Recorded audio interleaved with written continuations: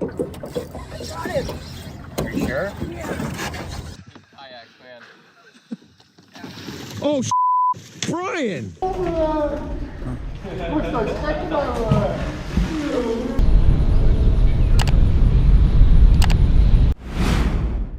On April 21st, 2022, an outdoor fishing outing unfolded on a Virginia lake. The video was posted by Lil Red Heidi Hood, a channel centered on real fishing and outdoor trips. Heidi and her boyfriend Andy took a small John boat offshore to fish with minnows. The water looked calm and wide, but after they left shore, mistakes had little room. The motor died far from shore. We're gonna be fishing off the John boat with some live shiners. Andy brought a drop shot today and a paddle tail just in case things get really crazy. Look at this. There's no wind. Like 2 feet of water right here. Yeah, there's not really any wind. We don't really have the luxury of like just drifting, but we're gonna see what happens. I gotta turn this thing. It is freaking hot.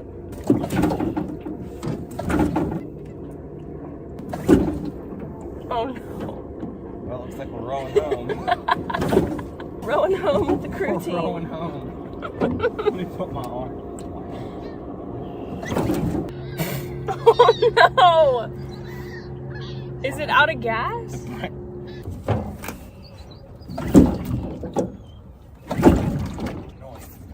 Well, there goes that man. Things just took a massive turn here. They did. The motor's not starting. And then Andy just threw off a shiner, so we're about to drift up on the bank here and probably paddle home. We're not going anywhere. Yeah, the motor broke. Thank gosh we have an oar. Good thing my fly's not down. Once the engine went quiet, the boat no longer obeyed them. Andy kept pulling the starter cord, growing tenser with each try. Nothing changed. With no trolling motor, the John boat drifted over open water, pushed across offshore shoals without control. That breakdown brought problems quickly. The shoreline no longer felt close. The minutes dragged on. Bugs collected around the motionless boat, making the situation uncomfortable. The lake suddenly seemed bigger and less forgiving. What began as an easy trip turned into something uncertain. Bloop. Check it out. Little smallmouth. Little guy. Look at that. Oh my God. We don't have a net. Babe, it's another spot. It's a state record spot. Oh! I'm literally gonna cry. That's a state record. Heidi, look at this fish. Holy crap. Oh my gosh. 529. Jeez. So you guys aren't gonna believe this, but I just caught up my first fish. Smallmouth, nice one. Definitely not as big as Andy's, but still felt good to catch the first fish out here. And yeah, my phone overheated, so that's why I didn't get any of that on video. They continued fishing because there were few choices. Andy brought in a big spotted bass weighing 5.29 pounds. Heidi also caught a fish after her phone overheated, adding one smaller failure on top of the main problem.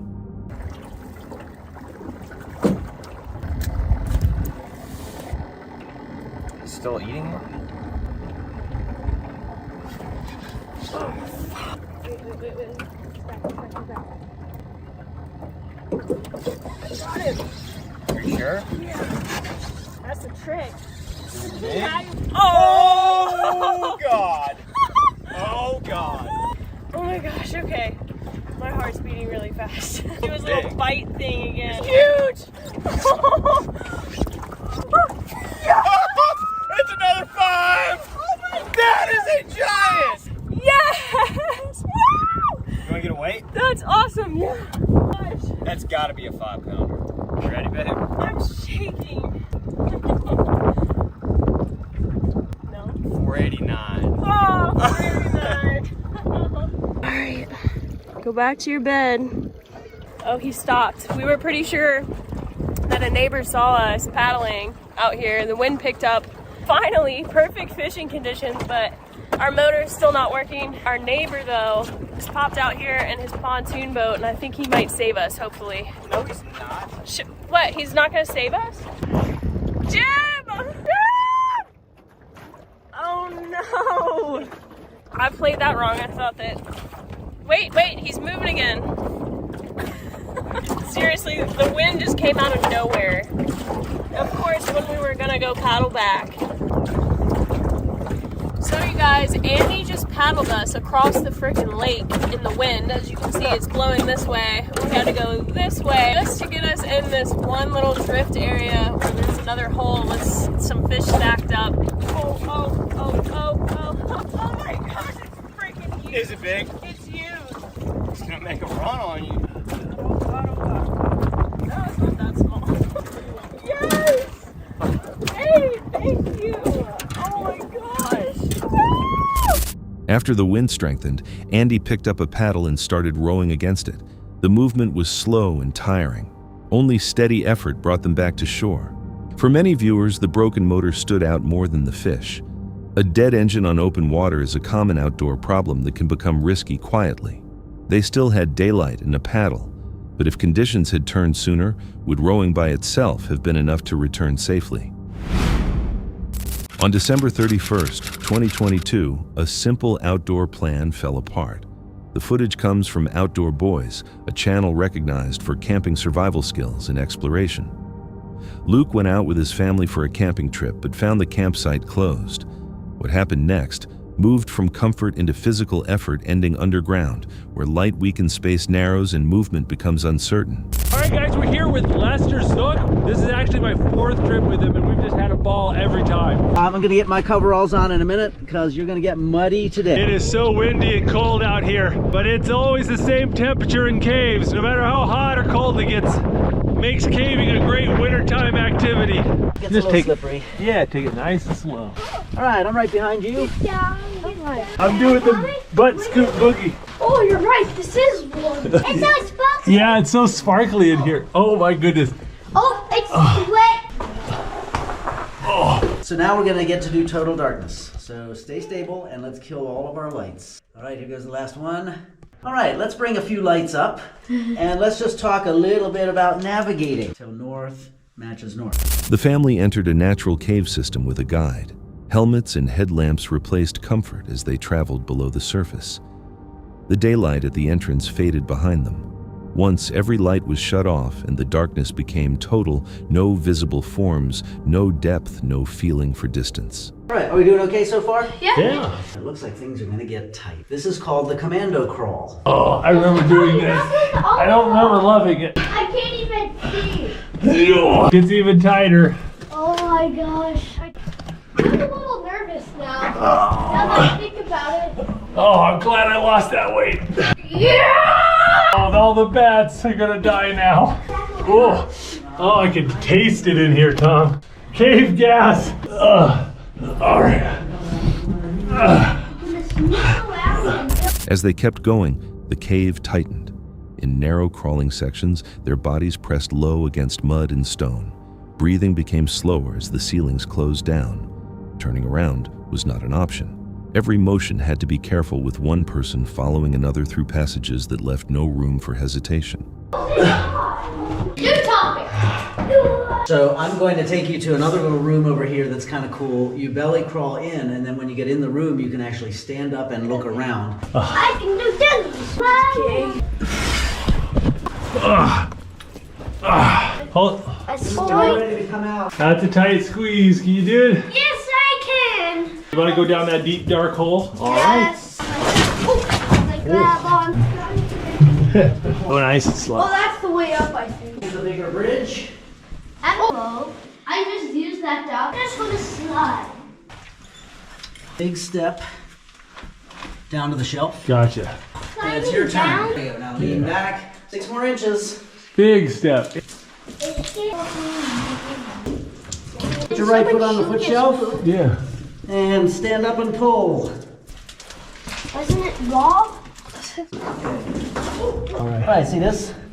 Ooh, my. Yeah, is that. And I want a second. Hey. We gotta do that. Crazy. So you stand up, and then when you stand up, stop and wait for your dad. Good see sunlight.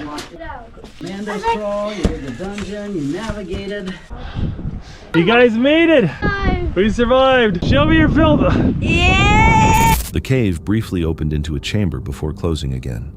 Slopes dropped into blackness, seen only by headlamp. When they stepped back outside, everyone was covered in mud, unhurt, but marked by the pressure of moving through places with no margin for error. The fear here is physical. Darkness confinement and forced movement create real reactions without exaggeration. They got out, but in spaces this tight, what happens when panic takes over forward motion? In June 2025, Connor and a friend from the YouTube channel Seabase were out following their normal fishing routine with no indication that their day would soon take an unexpected turn. The situation started when Connor noticed an unusual amount of water building up inside the boat. As soon as they realized the problem was more serious than they had initially assumed, they made the decision to head back immediately. The condition of the boat continued to deteriorate as rough water placed increasing stress on the damaged area. When loose gear and personal items started shifting around, Connor acted quickly to secure everything before it could be lost.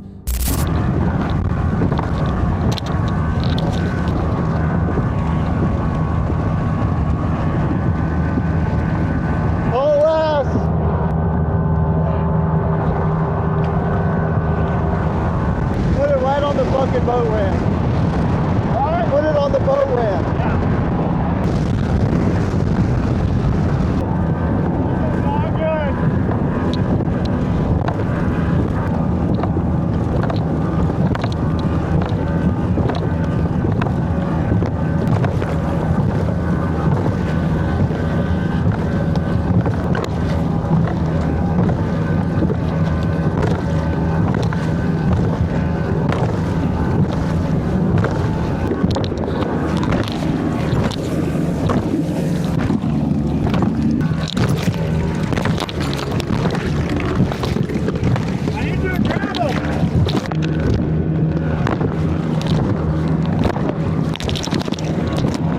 After a tense ride back, they finally reached shore where assistance was available. We need your trailer. We're sinking. We're sinking. We're sinking bad.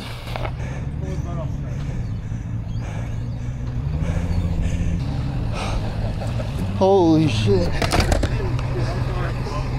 The experience served as a reminder that conditions on the open ocean can change without notice. Even an ordinary day on the water can become a serious situation in a matter of moments.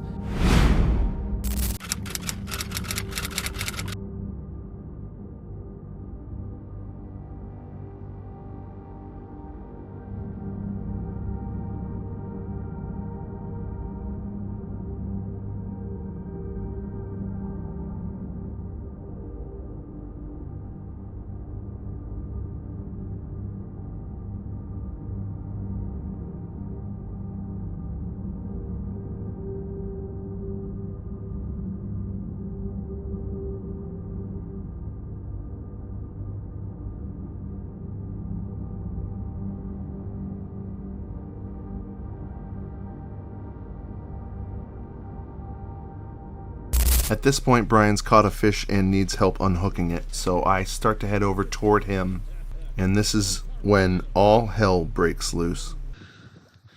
Oh yeah, he's 2.5. Let me hold this pole here, or what? Yours. Okay, now, yeah, you hold on to me. Issue number 1: whenever you catch a fish, click open your spool. That way, if anything happens, at least your spool is giving you line. You gotta click the button. Oh, no, hold me. You didn't hold me. At this point, his most important thing to do is hold on to me as I'm anchored, and he needs to not go anywhere, and then open the spool. But as he has not opened the spool first, and he's realizing he should have the spool open, he lets go of me, and, well, you see what happens. Let the paddle float off if you have to. Okay. Oh, Brian! Oh, that sucks. Yeah, you definitely hate kayaks now. Where's your phone? Hold my kayak. Come over here. Don't worry about that kayak. That was stupid.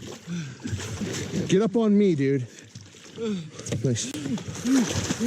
Hold my kayak. Don't worry about anything else. That's bad. So right here, I'm trying to figure out exactly what the order of operations should be. I know that the materialistic items are irrelevant, but I figure the immediate ones near me need to come on board, and he needs to hold on to my kayak. All right, I got a pole over there floating still. That's good.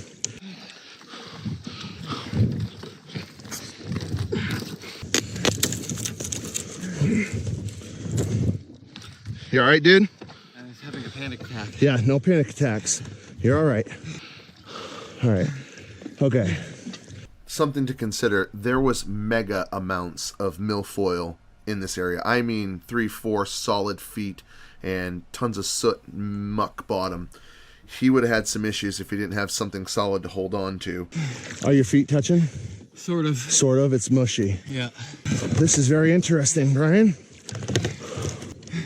I'm drifting off this spot. I can't let the kayak get away. Yeah, you can. Yeah, you can. My phone's in it. Oh.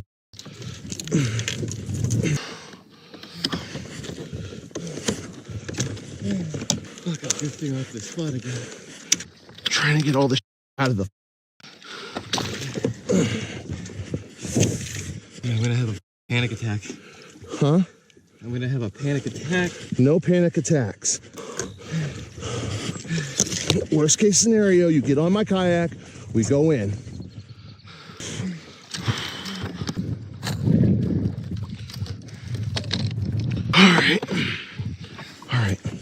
All right.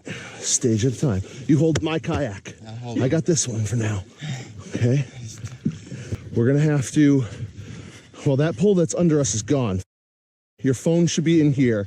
Let's get you to shore, and then we'll worry about everything else. We'll pull this along with us. Okay. That's the only idea I have. So you have to go up on here. I'll hold this. How can I get up there? You're gonna have to jump up. You're gonna have to pull yourself up onto the kayak. We don't want to roll this kayak, so let's just take our time. Give me this in like this. Here you go, bud. Come on, man. You got this. Let's watch again down in the bottom left-hand corner how much water I take on and how this Bonafide holds up. Mind you, I am 265 pounds, 6 foot 3 inches. I don't remember, he's about 5'10". I don't know, I'm terrible at guessing weight. But I know my weight, and I know there was a lot of weight being moved in along this, and I have a lot of weight and gear. This is a testament to this amazing kayak. Don't. Easy. Think balance. Okay. Think still, okay? First thing I gotta do is get you the in. A brief chain of mistakes causes Brian to lose his balance and overturn his kayak, sending him directly into the freezing water. He quickly panics as his equipment disappears below the surface. For more than 5 tense minutes, he stays in the cold water, rapidly losing body heat, until he is finally brought onto Mr. Tightlines's kayak. They eventually make it back to shore safely, but the incident leaves a lasting impression. Calm water can conceal serious danger. If assistance had arrived just 1 minute later, how differently might this story have ended? On October 21st, 2022, beside the canal running through Molenbeek in Brussels, the crew behind Pêcheurs de Trésor started another magnet fishing outing. Their channel's known for dragging lost metal from aging waterways. But in an area often spoken about uneasily, even a quiet beginning carried the feeling that these discoveries might be different. Nous sommes aujourd'hui entre Anderlecht et Molenbeek, dans l'un des quartiers les plus chauds de Bruxelles. Sous ce pont ont déjà été trouvées une dizaine d'armes à feu ainsi que de la cocaïne. Ah, pour la fondue. Pour fondue. Ah, fondue française, voilà, un pic à fondue. Oh, qu'est-ce que c'est ça? Oh, une pince. Sympa. Regardez, le classique, munitions calibre 12. Wow, munitions entières. Yeah. Ah, on va voir ce qu'il a attrapé. Oh! Ah, barrique! Un vélo. It's Electric one.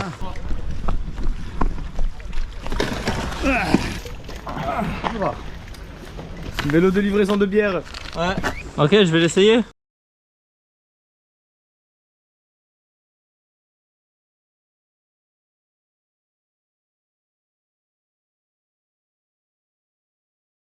Yes?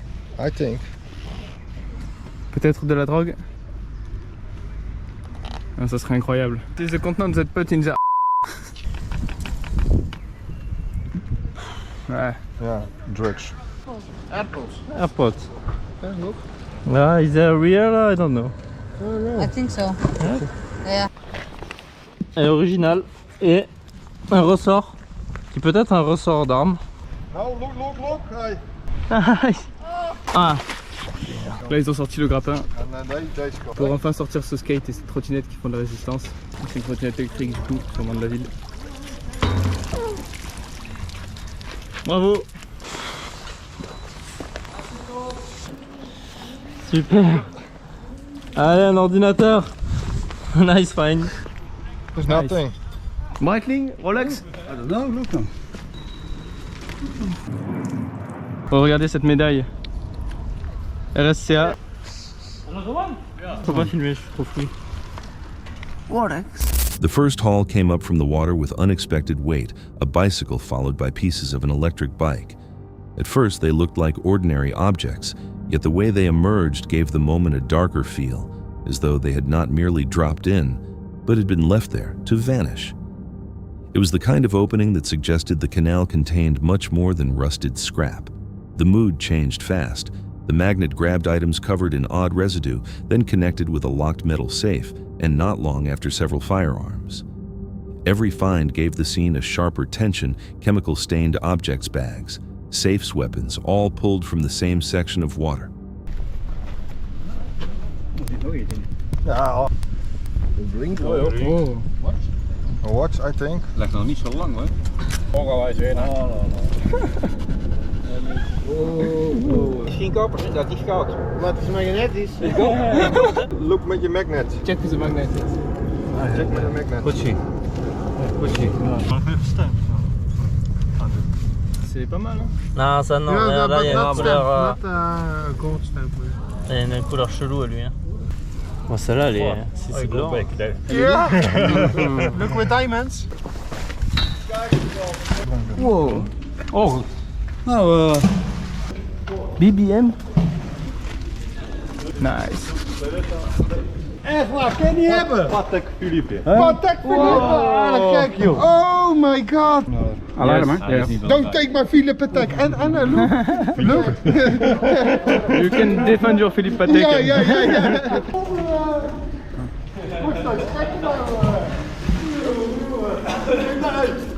Nice. Ready Anna. Philippe Patek. Great. It's an old one hè? Old but look. Yes. And Great condition on the man. crazy. Yeah, nice. Yes. Oh, Fontel. Nokia. And a watch. Non, c'est la sécurité. Ah, c'est sécurité, ça. Groupe sécurité. Ah, c'est pas la police. Non, il vient de... Ah, j'ai eu peur. Guy from Security? yeah. He get a problem with him. You think we had to leave? Yeah, I think. À ce moment-là, le monsieur de la sécurité qui gère le petit port de péniche qui est à côté était vraiment pas content qu'on soit là. It was a disturbing mix, the kind that could make even seasoned magnet fishers hesitate before casting again.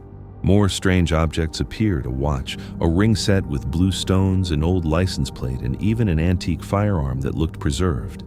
And just when the pile became too unusual to dismiss a security guard, walked over, stopping the session without argument. The outing ended there with the finds laid out along the bank and no reason for why they had all been hidden under the same dark water. Viewers pointed out how the order of Discovery's bikes, chemical-marked item safes, and multiple guns felt connected to be random.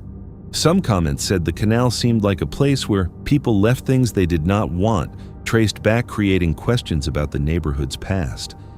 If one afternoon exposed this much, It is hard not to ask what lies deeper in the mud things no magnet ever reached, waiting in spots no one has tried yet.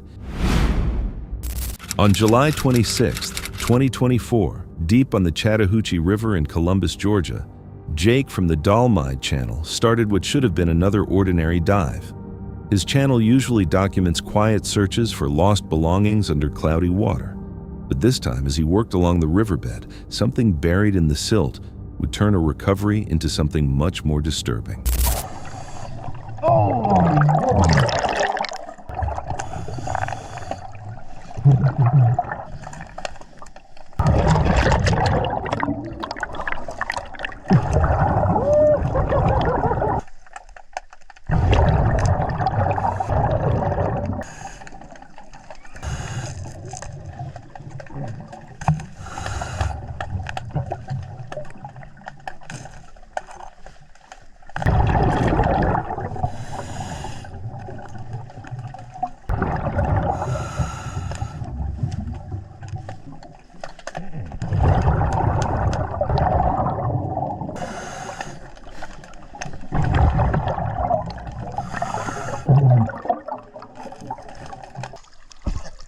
Oh my gosh, I have so many sinkers in here.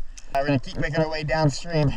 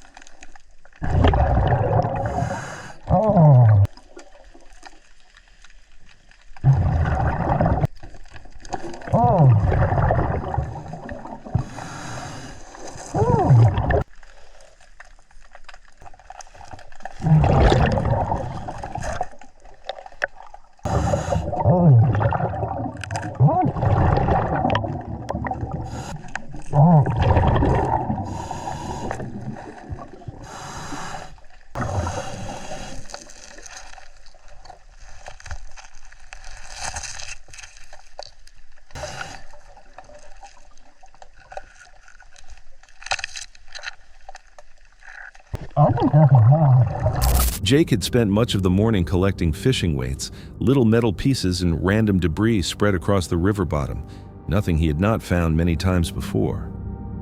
But as he moved near the bridge's base, a long metal cylinder sitting in the sand caught his eye. When he pulled it loose, he realized it was not garbage at all. It resembled a shell, heavy, corroded, and unnervingly complete. For a moment, he simply held it, unsure what it was. And then that uncertainty only grew. Dude, that looks absolutely ridiculous. I don't know what I just found, but that looks like some kind of bomb or mortar, right? Like, look at the tip. I don't know though. Jesus Christ.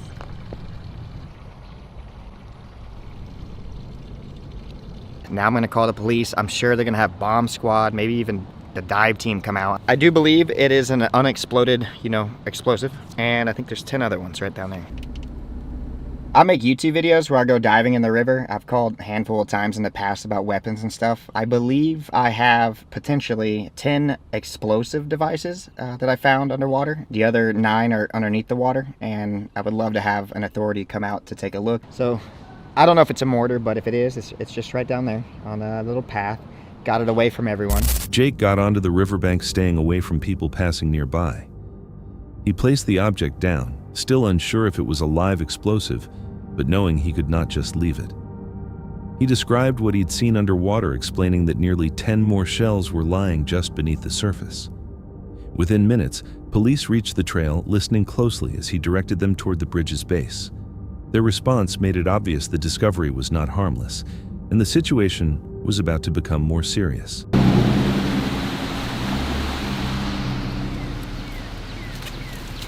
So the bomb squad's here. They're gonna go take a look at that device.